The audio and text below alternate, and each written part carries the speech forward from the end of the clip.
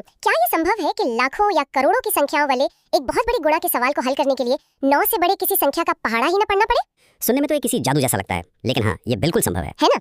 मतलब जब गणित के पेपर में कोई लंबा चौड़ा सवाल सामने आता है तो अक्सर एक अजीब सी घबराहट होती है। ऐसा लगता है जैसे किसी भूल भुलैया में फंस गए हो। बिल्कुल, जहाँ हर कदम पर बस रफ कॉपी के पन्ने भरने पड़ते हैं और समय एकदम रेत की तरह हाथ से फिसलता जाता है। एकदम सही कहा आपने। लेकिन क्या हो अगर उस भयानक दिखने वाले सवाल के अंदर ही एक ऐसा छिपा हुआ दरवाजा हो जो बिना किसी रफ वर्क के आपको सीधा जवाब तक ले जाता हो? और यही तो असली हैक है। हाँ, तो आज हम परीक्षाओं को देखने का नजरिया पूरी तरह से बदलने वाले हैं। हमारे पास जो स्रोत है वो कोई आम लेख नहीं है जी। यह है number system the ultimate exam hackers blueprint, जो विशेष रूप से रोजगार हंट के 15 सेकंड रूल पर आधारित है। तो इस डीप डाइव का हमारा मिशन बिल्कुल साफ है। थ्योरी रटने की आदत को खत्म करना। बिल्कुल, और प्रतियोगी परीक्षाओं में सवाल देखते ही पैटर्न पहचानने की निंजा तकनीक सीखना। एक शिक्षक के नजरिए से कहूँ तो प्रतियोगी परीक्षाओं की तैयारी करने वाले विद्यार्थियों में गणित का जो डर है ना, वो असल में बुनियादी ढांचे को न समझने के कारण पैदा होता है। मतलब बेसिक्स क्लियर नहीं होते। बिल्कुल, वे सीधे इमारत की छत पर कूदना चाहते हैं बिना नींव को समझे। जो भी परीक्षार्थी हमें सुन रहे हैं उनके लिए आज की चर्चा एक मास्टर क्लास होने वाली है। अरे वाह! आज का लक्ष्य ये सीखना नहीं है कि मजदूरी वाली लंबी कैलकुलेशन कैसे की जाए, बल्कि लक्ष्य ये है कि सवालों में छिपे पैटर्न को कैसे पहचाना जाए। तो चलिए फिर इस मास्टर क्लास की शुरुआत संख्याओं के बिल्कुल बुनियादी रूप से करते हैं। शोध में जो पहला स्लाइड टाइटल फोकस दिया गया है वो है बेसिक्स और वर्गीकरण, face value versus place value. हाँ, ये संख्याओं का डीएनए है।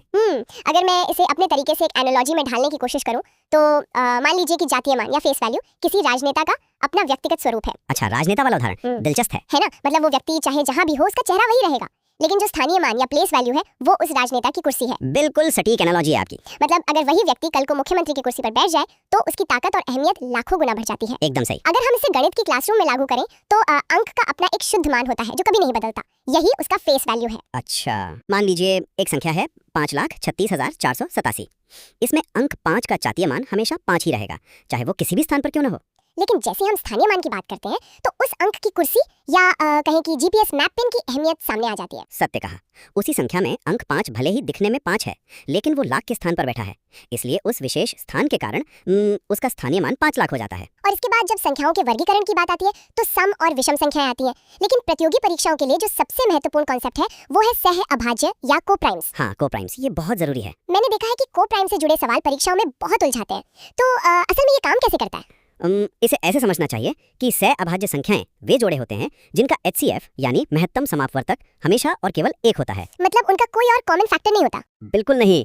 सरल शब्दों में कहें तो उन दोनों संख्याओं को 1 के अलावा कोई और तीसरी संख्या एक साथ नहीं काट सकती, जैसे 2 और 3 या 5 और 7। अच्छा। और विद्यार्थियों के लिए यहाँ एक बहुत ही महत्वपूर्ण इंपॉर्टेंट पॉइंट है। यदि कोई बड़ी संख्या किन्हीं दो सह अभाज्य संख्याओं A और B दोनों से पूरी तरह विभक्त होती है तो वो उनके गुणनफल यानी AB से भी हमेशा पूरी तरह कटेगी। Okay, let's unpack this. मतलब अगर एक संख्या है 19,752, अगर हमने चेक किया और पाया कि ये 2 से भी कट रही है और 3 से भी, तो चूंकि 2 और 3 आपस में सह अभाज्य हैं, इसका मतलब ये संख्या निश्चित रूप से 6 से भी कटेगी। यही इसका मुख्य सिद्धांत है। परीक्षा में जब सवाल आता है कि इनमें से कौन सी संख्या 6 से कटेगी, तो किसी भी छात्र को 6 का पहाड़ा पढ़कर समय नष्ट करने की आवश्यकता नहीं है। अरे हाँ, बस 2 और 3 का नियम लगाओ। बिल्कुल, बस ये देखना होता है कि कौन सा विकल्प 2 और 3 दोनों के नियमों को पास कर रहा है। शॉर्ट नोट्स बना रहे विद्यार्थियों को ये लिख लेना चाहिए कि सह अभाज्य संख्याओं का HCF हमेशा केवल 1 होता है। ये तो सच में बहुत समय बचाने वाला है। अब आधारभूत ढांचे को समझने के बाद अगर उस श्रेणी की ओर बढ़ें जो परीक्षाओं में सबसे बड़ा सिरदर्द मानी जाती है। आप अभाज्य संख्याओं की बात करिए ना? हाँ, प्राइम नंबर्स। हमारा अगला स्लाइड टाइटल फोकस है अभाज्य संख्याएं और अभाज्य जांचने की अचूक ट्रिक, जिसे प्राइम टेस्ट फ्लो चार्ट कहते हैं। जी। छोटे अंकों तक तो बात ठीक है, लेकिन परीक्षा हॉल के उस भयंकर दबाव में अगर 173 जैसी कोई बड़ी संख्या सामने आ जाए तो क्या किया जाए? छात्रों को अक्सर यही डर लगता है। बिल्कुल। क्या परीक्षार्थियों को 2, 3, 5, 7, 11, 13 मतलब सबसे एक एक करके भाग देकर चेक करना चाहिए? ये तो सारा समय खा जाएगा। उस लंबी प्रक्रिया से बचने के लिए ही तो ये प्राइम टेस्ट फ्लो चार्ट बनाया गया। इसके 3 बहुत ही सरल और तार्किक स्टेप्स हैं। अच्छा, वो क्या है? पहला स्टेप है टारगेट सेट करें। जो भी संख्या दी गई है उसके ठीक बड़े या बराबर का पूर्ण वर्गमूल खोजें। परफेक्ट स्क्वायर खोजना है, ठीक है। दूसरा स्टेप है फिल्टर करें। उस वर्गमूल से छोटी जितनी भी अभाज्य संख्याएं हैं केवल उन्हें एक जगह लिख लें। ओके। और तीसरा स्टेप डिविजिबिलिटी टेस्ट। केवल उन चुनी हुई अभाज्य संख्याओं से अपनी दी गई संख्या को भाग देकर चेक करें। वेट, यहाँ मुझे थोड़ा संशय है। हम केवल वर्गमूल तक ही क्यों चेक कर रहे हैं? ये एक बहुत ही अच्छा सवाल है। मतलब 173 के मामले में हम आगे की अभाज्य संख्याओं जैसे 17 या 19 से चेक क्यों नहीं करते? इसके पीछे का गणित क्या है? इसके पीछे का मैकेनिज्म ये है कि किसी भी संख्या के गुणनखंड हमेशा जोड़े में होते हैं। अच्छा, पेयर्स में। हाँ, अगर किसी संख्या का कोई गुणनखंड उसके वर्गमूल से बड़ा है तो उस जोड़े का दूसरा हिस्सा निश्चित रूप से वर्गमूल से छोटा होना ही चाहिए। ओह, इसलिए अगर हम वर्गमूल तक पहुंच गए और हमें कोई छोटा गुणनखंड नहीं मिला तो ये गणितीय रूप से असंभव है कि आगे कोई बड़ा गुणनखंड मिलेगा। ये तो एक शानदार आहा मोमेंट है। मतलब अगर छोटा साथी नहीं मिला तो बड़ा साथी हो ही नहीं सकता। बिल्कुल सही पकड़ा आपने। चलिए इसे उस 173 वाले उदाहरण पे लागू करके देखते हैं। अवश्य। स्टेप 1, 173 के सबसे नजदीक और उससे बड़ा पूर्ण वर्ग 196 है जो कि 14 का वर्ग है, तो हमारा टारगेट हुआ 14। ठीक है, टारगेट 14 मिल गया। स्टेप 2, अब 14 से छोटी सभी अभाज्य संख्याएं लिख लेते हैं जो है 2, 3, 5, 7, 11 और 13। मतलब सिर्फ ये 6 संख्याएं। हाँ। स्टेप 3, अब 173 को केवल इन 6 संख्याओं से भाग देकर देखना है। 173 इनमें से किसी से भी नहीं कटता, अतः ये सिद्ध हो जाता है कि यह एक अभाज्य संख्या है। 14 के बाद चेक करने की कोई आवश्यकता ही नहीं है। एकदम नहीं। साथ ही परीक्षार्थियों के लिए यहाँ एक एग्जाम इंपॉर्टेंट पॉइंट है। 1 से लेकर 100 तक कुल 25 अभाज्य संख्याएं होती हैं। ये तो सीधा फैक्ट है जो परीक्षाओं में आता है। जी, और सबसे छोटी और एकमात्र सम अभाज्य संख्या 2 है। और ध्यान रहे, संख्या 1 न तो भाज्य है न ही अभाज्य। तो छात्रों के लिए शॉर्ट नोट ये हुआ कि अभाज्य चेक करने के लिए संख्या को हर अंक से भाग देने की जरूरत नहीं है, केवल वर्गमूल से छोटे प्राइम अंकों से चेक करना ही काफी है। बिल्कुल। लेकिन इस तीसरे स्टेप में भी तो हमें भाग देना ही पड़ रहा है ना। अगर भाग देने की प्रक्रिया को ही तोड़ दिया जाए ताकि पूरी संख्या को देखना ही ना पड़े, तो क्या ऐसा कोई हैक मौजूद है? इस प्रश्न का उत्तर हमारे अगले स्लाइड टाइटल फोकस में छिपा है, जिसका नाम है द टेल फैमिली और digital and all sum. The tail family यानी अंतिम अंकों का खेल। जी, इसे हम डिविजिबिलिटी मैट्रिक्स कहते हैं। ये उन छात्रों के लिए रामबाण है जो पूरी संख्या को भाग देने में उलझ जाते हैं। टेल फैमिली यानी पूंछ का खेल। अगर मैं थोड़ा अनुमान लगाऊं तो क्या 2 और 4 से भाग देने के लिए हमें केवल संख्या के आखिरी अंक या पूंछ को देखना होता है? आपका अनुमान काफी हद तक सही है। 2, 4 और 8 का नियम आपस में एक परिवार की तरह जुड़े। अच्छा। अगर चेक करना है कि कोई संख्या 2 से कटेगी या नहीं, तो केवल अंतिम 1 अंक को देखा जाता है। 4 के लिए अंतिम 2 अंकों को देखा जाता है और 8 के लिए अंतिम 3 अंकों को। और 5 और 10 के लिए? उनके लिए तो और भी सरल है, केवल अंत में 0 या 5 होना चाहिए। संख्या चाहे करोड़ों में हो, शुरुआती अंकों से कोई फर्क नहीं पड़ता। तो क्या 3 और 9 के लिए भी यही पूंछ वाला नियम काम करेगा? यहीं पर सतर्क रहने की आवश्यकता है। 3 और 9 का नियम टेल फैमिली से पूरी तरह अलग है। इसके लिए डिजिटल सम का उपयोग होता है। डिजिटल सम मतलब अंकों को जोड़ना। हाँ, इसमें संख्या के सभी अंकों को आपस में जोड़ा जाता है। अगर वो योगफल 3 या 9 से कट जाता है तो पूरी संख्या भी कट जाएगी। लेकिन प्रतियोगी परीक्षाओं में जो नियम सबसे अधिक पूछा जाता है वो है 11 का नियम। स्रोत में इसे तराजू या बैलेंस स्केल का नाम दिया गया है। जी हाँ, तराजू का नियम। चलिए मैं एक बहुत बड़ी संख्या का उदाहरण आपके सामने रखती हूँ। मान लीजिए संख्या है 8,61,64,591। काफी बड़ी संख्या है। अगर कोई इसे 11 से भाग देने बैठे तो बहुत समय लगेगा। इस पर ये तराजू का नियम कैसे लागू होगा? इसे हल करने के लिए संख्या के अंकों को एक छोड़कर एक 2 अलग अलग पड़लों में रखा जाता है। सम स्थानों वाले अंकों को एक तरफ और विषम स्थानों वाले अंकों को दूसरी तरफ। अच्छा, ऑल्टरनेट डिजिट्स को अलग अलग जोड़ना है। बिल्कुल। चलिए इसे लागू करते हैं। तराजू का पहला पड़वा यानी सम स्थानों का योग होगा 8 + 1 + 4 + 9 जो हुआ 22। ठीक है, एक पल्ला 22 हो गया। अब दूसरा पड़ला यानी विषम स्थानों का योग 0 + 6 + 5 + 1 ये हुआ 12। ओके। अब इन दोनों पड़लों का अंतर निकाला जाता है। 22 में से 12 घटाने पर 10 आता है। और 10 तो 11 से कटता ही नहीं है। ठीक पहचाना आपने। छात्रों के लिए शॉर्ट नोट ये है कि तराजू के इन दोनों पड़लों का अंतर हमेशा या तो 0 आना चाहिए या फिर 11 का कोई गुणा जाना चाहिए। जैसे 11 या 22। हाँ, चूंकि यहाँ अंतर 10 आया है तो बिना भाग दिए ये स्पष्ट हो जाता है कि ये पूरी संख्या 11 से नहीं कटेगी। एग्जाम के लिए महत्वपूर्ण बिंदु यही है कि पूरी संख्या को भाग देकर समय नष्ट ना किया जाए। ये तो डिविजिबिलिटी की बात हो गई। लेकिन अब मैं एक ऐसी चुनौती की ओर बढ़ना चाहती हूँ जो अक्सर मॉक टेस्ट्स में डराती है। कौन सी चुनौती? डिविजिबिलिटी अपनी जगह है, लेकिन गुणा वाले भयानक सवालों का क्या? हमारा अगला स्लाइड टाइटल है भाग का इंजन और इकाई अंक की शॉर्टकट निंजा तकनीक। हाँ, यूनिट डिजिट के सवाल। मान लीजिए सवाल है 476 गुणा 198 गुणा 359 गुणा 242 और पूछा गया है कि इसका इकाई अंक क्या होगा। ये देखने में डरावना लगता है। बहुत डरावना। अगर कोई इसे सामान्य तरीके से गुणा करने लगे तो शायद परीक्षा का सारा समय इसी एक सवाल में निकल जाए। अगर ऐसी सवालों में पारंपरिक तरीका अपनाया गया तो सफलता निश्चित है। लेकिन उससे पहले भाग के इंजन के उस मूल सिद्धांत को समझना जरूरी है जिससे अक्सर नजरअंदाज कर दिया जाता है। आप डिवीजन एल्गोरिथम की बात कर रहे हैं। बिल्कुल। भाज्य बराबर भाजक गुणा भागफल प्लस शेषफल, ये समीकरण गणित का आधार है। खैर, अब आते हैं उस महागुणा वाले सवाल पर। इसके लिए हम 3 स्टेप फनल फ्लो तकनीक का प्रयोग करते हैं। तो क्या इसका मतलब ये है कि हम पूरी संख्या को भूलकर सिर्फ इकाई अंकों को एक फनल या कीप में डाल दें? चलिए इसे स्टेप बाय स्टेप डिकोड करते हैं। चलिए करते हैं। अगर मैं स्रोत को सही से समझ पा रही हूँ तो स्टेप 1 में हमें सिर्फ अंतिम अंक निकालने हैं, यानी 476 का 6, 198 का 8, 359 का 9 और 242 का 2। बिल्कुल सही। अब हमारा सवाल सिर्फ 6 गुणा 8 गुणा 9 गुणा 2 रह गया है। एकदम सही दिशा में जा रही हैं आप। स्टेप 2 है जोड़े बनाना। 6 और 8 का गुणा किया तो 48 आया और 9 और 2 का गुणा किया तो 18 आया। अब यहाँ फिर से स्मार्टनेस दिखानी है। इन परिणामों को भी छोटा कर लें। 48 का सिर्फ 8 लें और 18 का भी सिर्फ 8 लें। अच्छा, मतलब फिर से सिर्फ यूनिट डिजिट लेनी है। हाँ, अब आता है स्टेप 3 फाइनल स्ट्राइक। बचे हुए 8 और 8 का गुणा कर दें।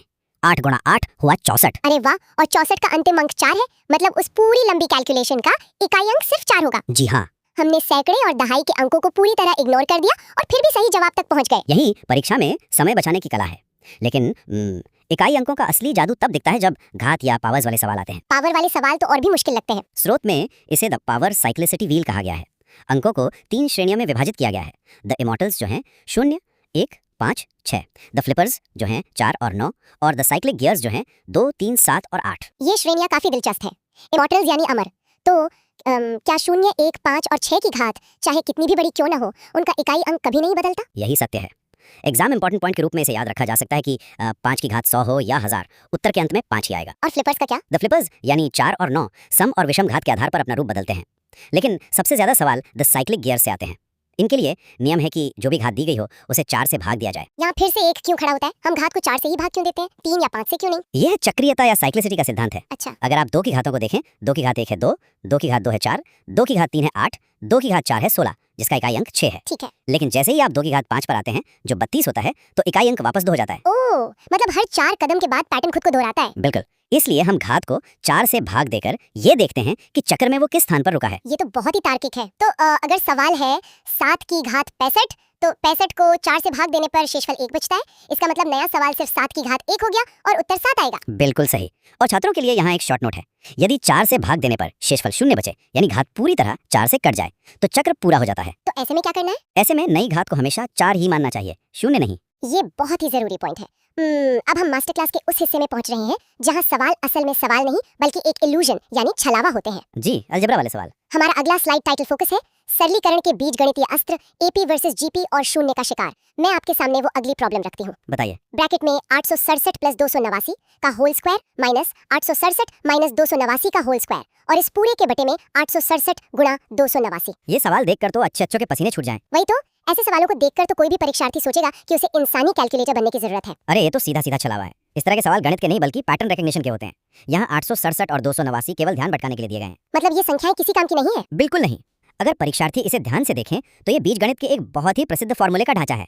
अगर 867 को a और 289 को b मान लिया जाए तो ये कुछ इस तरह दिखता है: a प्लस b का whole square minus a minus b का होल स्क्वायर और बटे में ab। अरे हाँ, और अगर मैं बीजगणित के बेसिक्स को याद करूं तो जब हम अंश वाले फॉर्मूले को खोलते हैं तो a square plus b square plus 2ab में से a square plus b square minus 2ab घटाया जाता है। बिल्कुल सही। a स्क्वायर और b स्क्वायर कट जाते हैं और 2ab जुड़कर 4ab बन जाता है। बहुत उम्दा।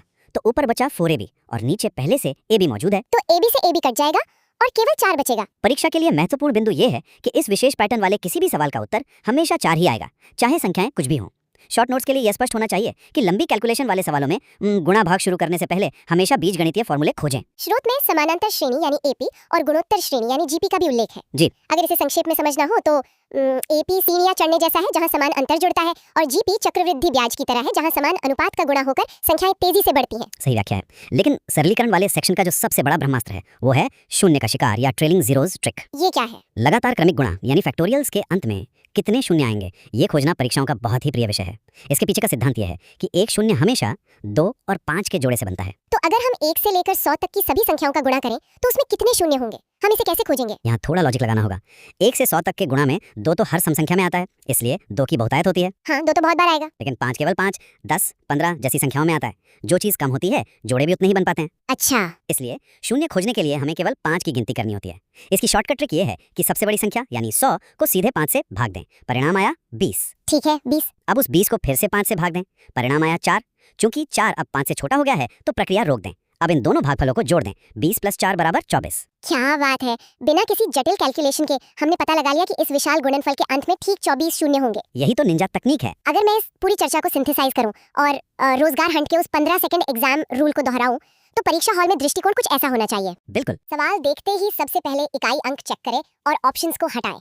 अगर काम न बने तो डिविजिबिलिटी हैक्स का प्रयोग करें, और अगर सवाल बहुत डरावना दिखे तो निश्चित रूप से वहाँ कोई बीजगणितीय पैटर्न छिपा है। ये एक आदर्श सारांश है। एक शिक्षक के तौर पे मेरा अंतिम संदेश यही रहेगा कि जो छात्र गधों की तरह मजदूरी वाली कैलकुलेशन में उलझते हैं वे परीक्षा से बाहर हो जाते हैं। एकदम सही बात है। स्मार्ट बने, पैटर्न को पहचानें और अपना कीमती समय बचाएं। यही सफलता और चयन का असली रहस्य है। आज की इस डीप डाइव ने साबित कर दिया है कि गणित डराने के लिए नहीं बल्कि एक तार्किक सोच विकसित करने के लिए है। जी बिल्कुल। लेकिन इस डीप डाइव का अंत करते हुए मैं सुनने वालों के लिए एक गहरा और प्रोवोकेटिव विचार छोड़ना चाहती हूँ। वो क्या है? आज हमने इकाई अंकों, डिविजिबिलिटी और 10 बनाने वाले जोड़ों की जितनी भी शानदार ट्रिक्स सीखी हैं वे सभी बेस 10 यानी दशमलव प्रणाली पर आधारित है। हाँ। लेकिन सोचिए, अगर भविष्य में परीक्षाओं का पैटर्न इतना बदल जाए कि वे बेस 8 या